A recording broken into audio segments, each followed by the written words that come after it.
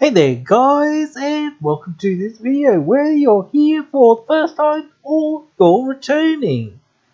In this video, we are having a quick look at a deck tech that I decided to build up here for you guys because someone called James asked for it on YouTube. You can see the comment that I've pinned here. So thank you for asking for this deck tech, James. This is a Sigarda Champion of Light deck tech. But just before we get too far going on into the video, we make lots of great content here on the channel. But did you know that over 94% of people that are watching this video right now aren't subscribed? It would be of great help for this channel if you would consider subscribing, so please think about subscribing. It really helps out the channel a lot. Alright, so we're getting into our Sigarda Champion of Light. So this was submitted by James. Thank you, James, as I sort of said a little bit ago. But I wanted to get that intro out of the way just quickly, just so people tuning in would know what's going on in this deck. It's an ask and you shall receive sort of thing. This is what the channel does, this is one of the things that the channel does. I think any YouTube channel really should do these sorts of things. If anyone sort of, I don't know they do, but again, to be a proper YouTuber, I think I've got to do this. I can't just sit here and say, oh, well, someone asked for this, then wander off and disappear. No, someone asked for this, so, hey, you asked for it, you shall receive. That's how it works here. But anyway, as I said, we're getting right into this deck tech for today. So, Sigarda, we've got to read her and sort of see what she does a little bit, at least a little bit. So, let's have a quick look at Sigarda herself. And also not evaluating this card based on what we already were reading about this card in the Legends preview video that we were doing a little while ago. This is more about, specifically, okay, we've decided to build around this, and it is a pretty decent commander. Again, I'm not going to go too deep into Sigarda, but, Sigarda is a very, powerful commander. So, or it's a powerful, this human tribal shell, and that's the way that James wanted to build it. So, let's read Sigarda, as I said, because we're not really going into the lore too much of what this card's or whatever from the set or whatever, all this sort of stuff, because I don't even know whether it's out yet. No, I don't even know whether it exists. The other lore from the other sets, but a lore video is discussion video might be coming out soon. But anyway, 1 green, double white, 4/4, flying trample. Humans get +1/+1. Coven.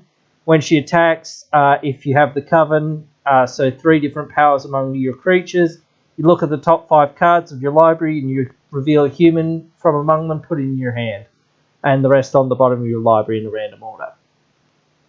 So the main thing here is that this is piloting our human tribal stuff, synergies. So we want as many humans jam-packed into this deck as we can get, and we want to go aggro as possible with those humans. And Sigarda just sort of helping us out to find some of those humans, give us a little bit of card advantage and whatnot. That's the main thing that I think she's doing here as the leader of this specific deck. Sigarda's in good colours, mostly being green. And white, white has a few things that we definitely want, like removal, board wipes, those sorts of things. Green has all the ramp that we will need. So, that will help us out with this deck. There are a couple humans that do ramp us and whatnot, so those will be quite useful when we're building this deck here. So the main thing is that I was trying to think, in this deck versus like where I was saying the pre-con power-up video that I recently did, is that this is less about +1/+1 counters, and this is more about go wide aggro, go wide tokens.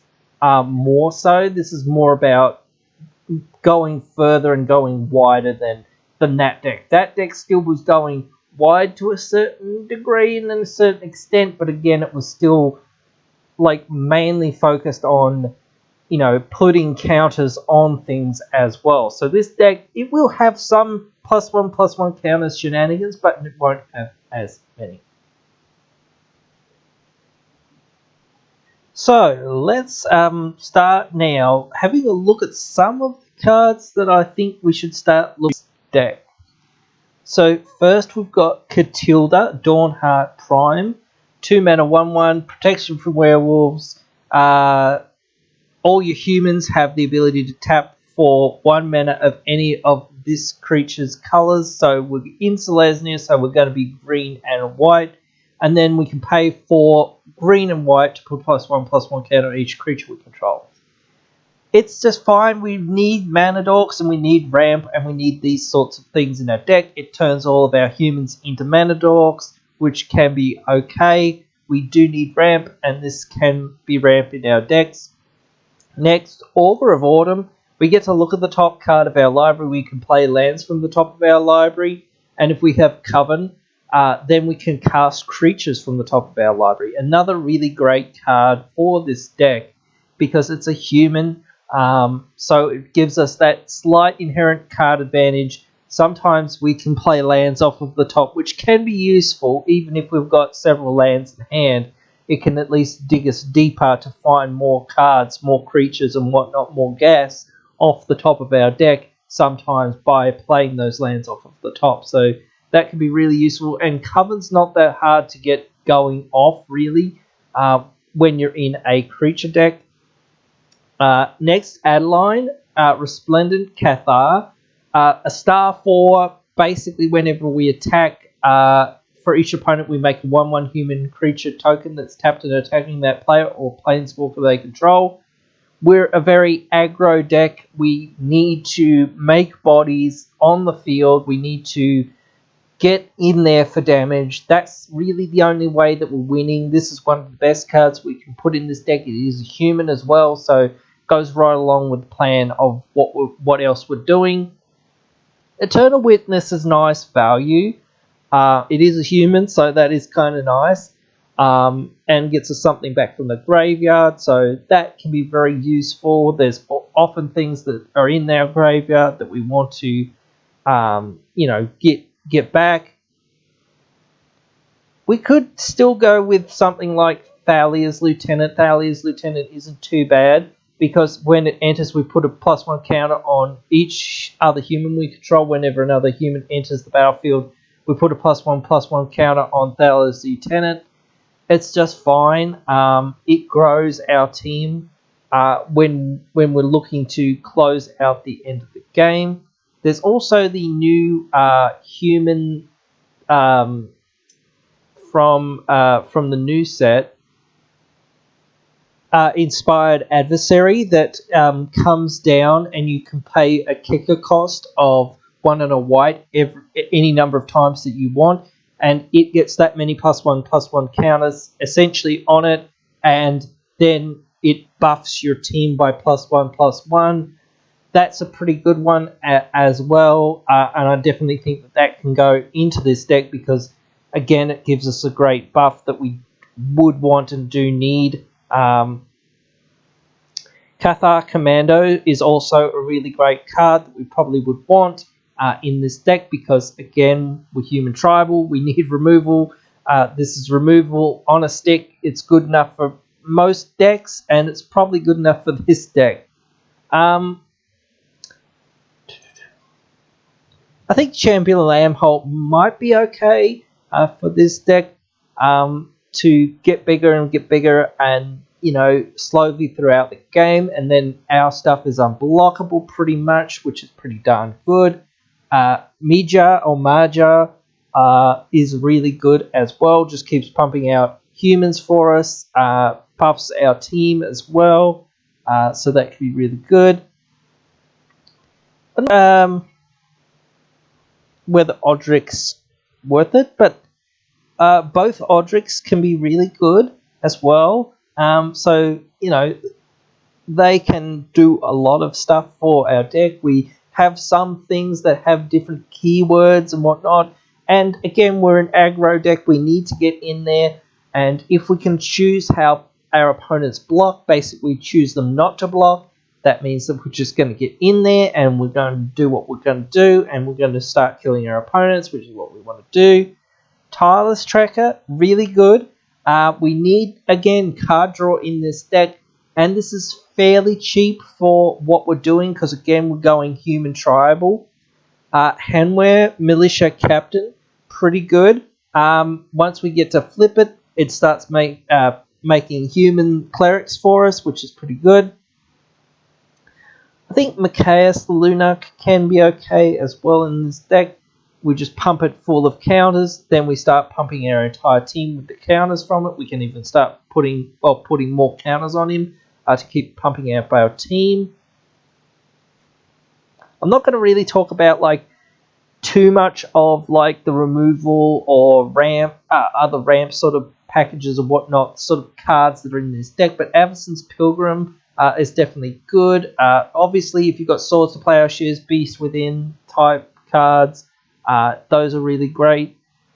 I really want to talk about specific, more synergy cards that are really good for what we want to do, rather than just, you should run obviously good removal or whatever, or just whatever other cards you can find to fit in this deck. If you so happen to have a shock land, a fetch land, this and that, whatever else, it's kind of obvious that you should put those in there if you happen to have them. But if you don't, then it's kind of you're not putting them in there. You're just going to put in another basic, or you're just going to put in some cheap dual land that you might have, whatever. Anyway, Mentor of the Meek, next up. Great card. There's a lot of smaller creatures that are in our deck. We need the card draw again, so this is really good. Vanquisher's Banner, if we've got the budget for this card, or if you've got the budget for this card, absolutely jam this in. So we just choose humans whenever a human enters the battlefield, and this counts our tokens too. So that's really good. It also gives our humans a buff, which, again, we need to buff our stuff. We can't just rely on our stuff being 1/1s. We need them to be, decently sized, because, again, they'll get outclassed fairly quickly by other things other people are running. You can obviously run things that are hate bears, but I don't really see the point. I'd rather our deck figure out how our deck is winning, rather than our deck trying to figure out how we're not going to let our opponents win or whatever. That's what removal's for. It's not if you guys want to play stacks of some sort, that's fine. But again, I just don't see the point in it as much. But anyway, that's just me. I find that, a more proactive game plan is a better game plan for the most part, because, again, it's easier to figure out what we're doing. And again, you can throw those stacks pieces in there if you really want. But again, whatever. Neil, Realmwalker, actually, it's a shapeshifter, but we'll always name human with this. And it's sort of the same as Augur of Autumn, but it's mainly for the creatures. It is only for the creatures anyway. But yeah, it's still really good. We still need these card advantage cards, and we just need them to be mostly on humans or things that can be humans, so we'll take it. Mangara the Diplomat, I don't know whether this is that amazing, but the attack thing on this is probably the weakest part of it, I think. But people are going to cast 2 spells a lot of the time. People aren't just going to stop casting their spells to stop you from drawing a card a lot of the time. So I still think we would want it. It's still a 2/4 lifelink, and that's not actually that bad. You know, I would rather this thing be a 1/5 lifelink or something like that. You know, like just, you know, or even maybe 1 mana more or something. Just, I don't know, just something a little bit more so that it could have some better, thicker stats on the backside, especially. But again, it's still pretty darn good because what you want is you want to be able to block with this thing mainly and protect yourself. But the card advantage is nice with it. I think Frontline Medic is kind of cool. You know, we're an aggro deck. We want to protect our team. I don't think like a lot of the instant and sorcery sort of stuff that gives your team indestructible is that relevant a lot of the time, but I think like these things that when you're attacking and you need to be attacking, being able to not lose your creatures through just like people blocking your things because they actually have blockers is a really relevant ability.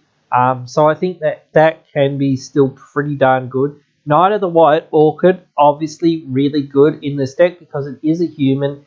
It ramps us, it helps us get our mana together, so that's an effect that we want.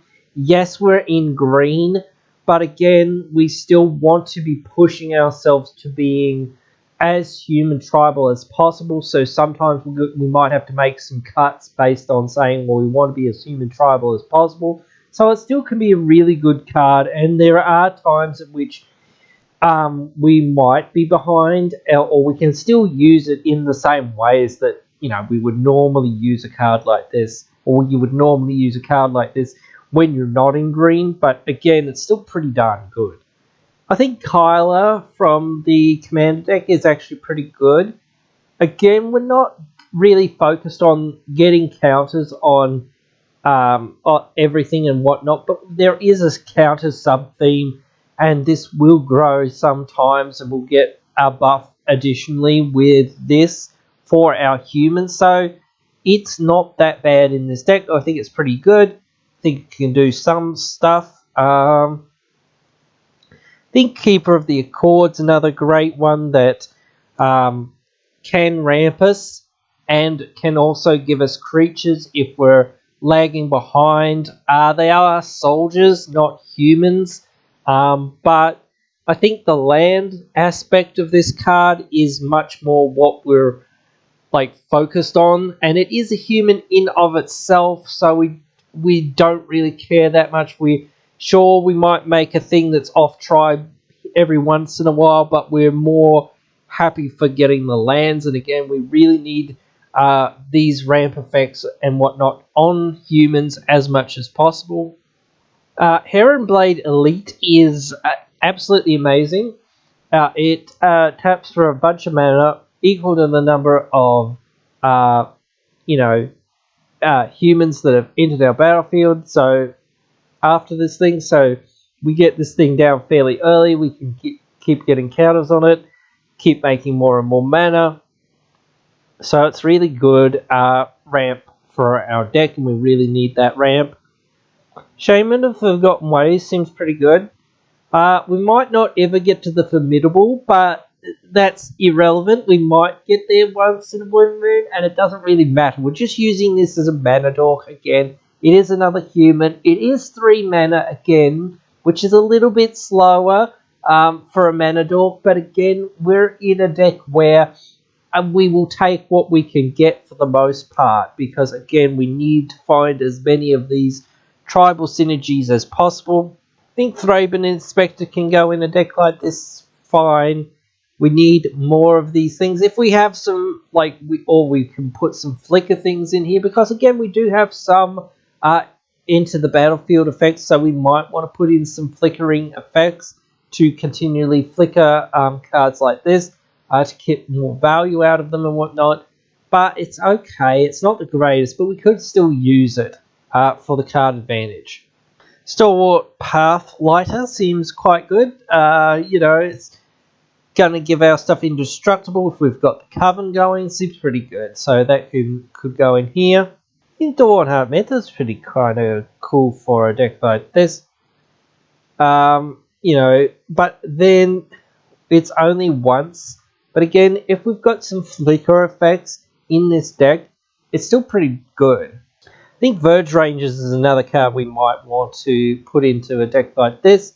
So yeah, these effects, especially when they're on humans, again, like all these slight advantages, like will add up to something, especially in our deck where we're running low on ways to sort of do the things that we need to do a lot of the time. That's pretty much it for most of the humans that I think are like the most prevalent cards that we'll probably look at. Like, other than this, you'll just like fill it up with a whole bunch of other random humans that sort of you can like find and you can sort of jam in there. There are some all right ones like Dawn, Heart, Wanderers, and whatnot, and things like that. There are some ones that turn into wolves and things like this.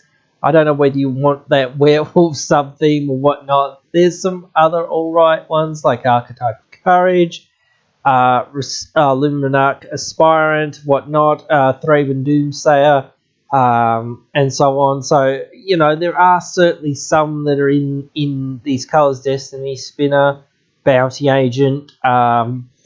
So there are certainly cards that are out there that aren't too bad, but I'm not going to go through too much of the instant sorcery stuff, as it's sort of said. Obviously put, your generous gifts and things like that into a deck like this. But like Nature's Claim, obvious cards that are like that, just go into decks like this because you want removal and you want efficient removal. Obviously, the same thing with any kind of ramp. You want efficient and good removal, like 3 Visits, Farseek, Nature's Law. You want good board wipes and whatnot, like Winds of Abandon, Vanquish the Horde. I think actually I like Ondu Inversion a lot more now than what I used to like it. I used to not like it as much, but I think I've come to like it a lot more now. But it's still a really decent card because, again, it's an MDFC, and these MDFC cards are always really good because, again, if we ever get stuck not having the land that we need, we can play it as a land and then go about our merry way, and that doesn't happen very often realistically. Realistically, we draw it late game, and then when we need that board wipe to stop our opponents who are just like doing way better than us because they board wiped before we did or whatever, or because we've had a slow game or whatever, we can now just get back into it and hopefully start doing what we want to be doing. I won't go too far deep into too many of the other supporting artifacts and enchantments, but again, like there's some okay ones like Herald's Horn, Icon of Ancestry that can be really good for this deck. Of course, if you've got the budget for it, Great Henge is very powerful. Guardian Project, obviously very good. All these cards that are just like, of course, these cards are fairly good and whatnot. So, it seems like a no-brainer to put them in and whatnot. I think Teleportation Circle, again, as I sort of said, we can use some flicker effects like this in this deck. It's pretty good. Think we can use a Thorough Investigation because we are going to be an attacking deck. So we, can use those clues to get more card draw and card advantage. Descendant's Path is actually an interesting card, and it's pretty good. It is a little bit expensive, but again, if we can find one and it is in your budget, I would suggest running it. Again, I'm not going to go through too many of the utility lands or whatnot. Gavany Township does seem okay. We're not focused on the 1/1 counters, but like getting those 1/1 counters can be good sometimes. Castle Ardenvale can be good to make a human and whatnot, so that can be good. I'm not going to go through any of the mana rocks or whatnot. You don't really need mana rocks in this deck. because you're in green. You can throw Soul Ring in there if you really want to put Soul Ring in there, or whatever. I'm not going to go through too many of the lands or whatnot. Obviously, if you've got the budget for really good lands or whatnot, or you've got lands sitting in your collection, just toss them in. But if you've got a low budget, you just find any duels that you can like put in there that have the potential to come in untapped.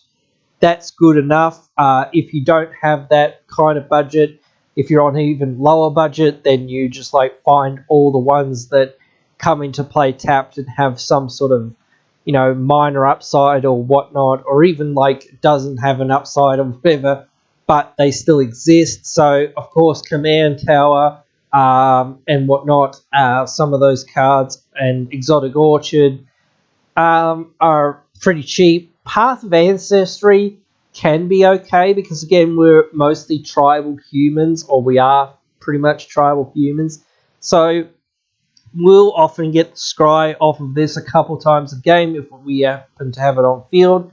So it can be worth it, but just one or two more other lands that are like really important, like Blighted Woodland can be really good for the deck like this. Like, we don't really have to activate it. We can just like sit it there and it can like just tap for mana. And the best thing about this card is it comes in untapped and just taps for mana right away, and that's really what you want.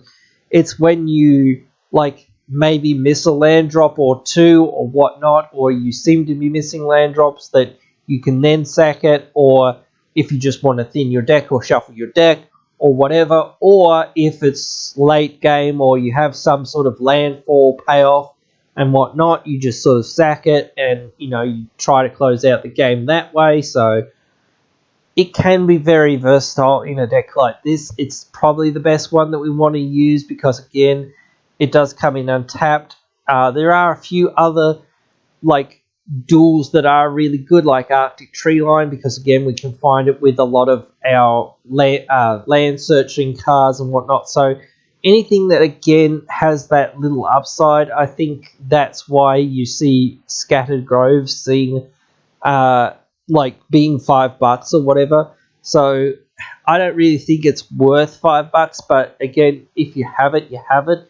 But if you don't, I wouldn't go too far out of my way to get it, because a $5 land that doesn't come in untapped, I don't really think it's worth it, because it's a target that's in your deck that you're just not going to often 2 to 4. This is what I sort of found with this card. It's an alright card, but if it didn't have cycling and it had the upside of being able to come in untapped, then it'd be better. Or if it didn't have the types, therefore it wasn't being able to be searched up by all these effects and had cycling, then it would be fine.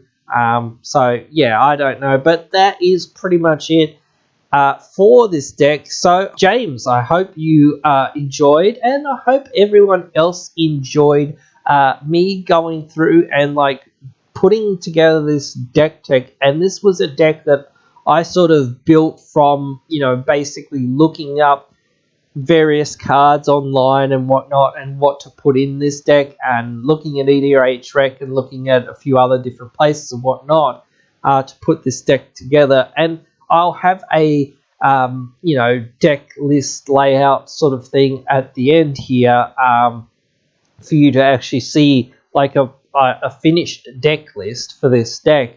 But again, there are some cards that I would say, again, you can put whatever you want pretty much into this deck, and it will still be pretty darn decent, because, it's got a few things going for it. You're in fairly good colors, as I sort of said, so you're not going to be too hard up in most games. And, just play cards that you like, or play other cards that you happen to have, or you just happen to find, or whatnot, or that happen to do something.